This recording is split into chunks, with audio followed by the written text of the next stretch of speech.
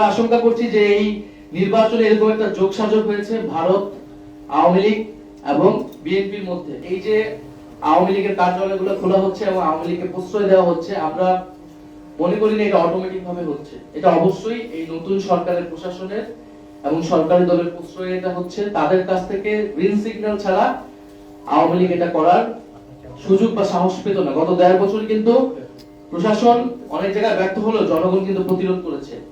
রাজনৈতিক ফ্যাসিবাদ বিরোধী রাজনৈতিক কর্মীরা সেটা প্রতিরোধ করেছে।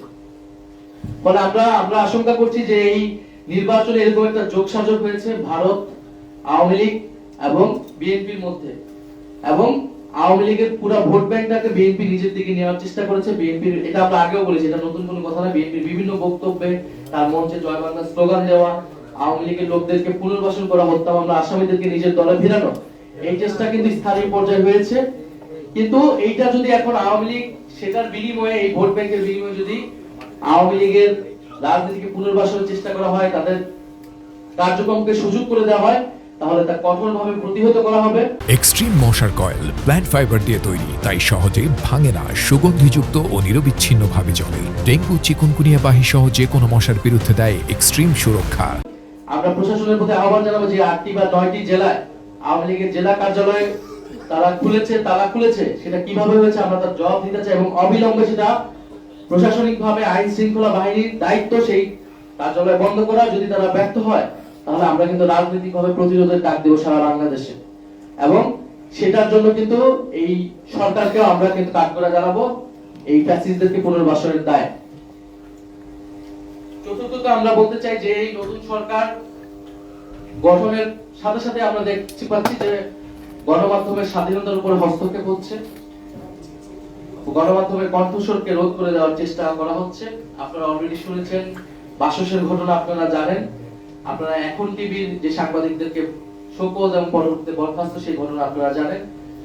আমরা মনে করি যে ভিন্ন মত থাকবে, সংবাদপত্রের কাজই হচ্ছে, গণমাধ্যমের কাজই হচ্ছে প্রশ্ন করা। সেখানে আমরা চাই না যে কোনো দলীয় গণমাধ্যম ফ্যাসিস্ট সময়ের মতো কোনো দলীয় গণমাধ্যম হোক, কিন্তু আমরা ইতিমধ্যে সেই প্রবণতা দেখতে পাচ্ছি। আমরা আশা করব এটা এই মুহূর্ত থেকে এটা বন্ধ হবে, গণমাধ্যম স্বাধীনভাবে কাজ করবে, এবং নির্বাচনে বা বিগত সময়ে কে কোন দলের পক্ষে কাজ করেছে এটা বিষয়টা সংবাদ মাধ্যম বা গণমাধ্যম বস্তুনিষ্ঠভাবে, সাংবাদিকরা নিরপেক্ষভাবে কাজ করবে। এটা আমরা সাংবাদিকদের কাছ থেকেও সেটা সেই দায়িত্বশীল আচরণ আশা করি, সবসময় বলে এসেছি। সরকারের কাছ থেকেও আমরা সেটা আশা করব, এবং সরকার দলীয় লোক যারা বিভিন্ন হাউসে রয়েছে তারাও যাতে ভিন্ন মতের কোন সাংবাদিকদের উপরে বা সত্য প্রকাশ করেছে এবং কোন সাংবাদিকদের উপরে তারা তাদের কণ্ঠ রোধ করবে না, এবং স্বাধীনভাবে সাংবাদিকরা কাজ করতে পারবে।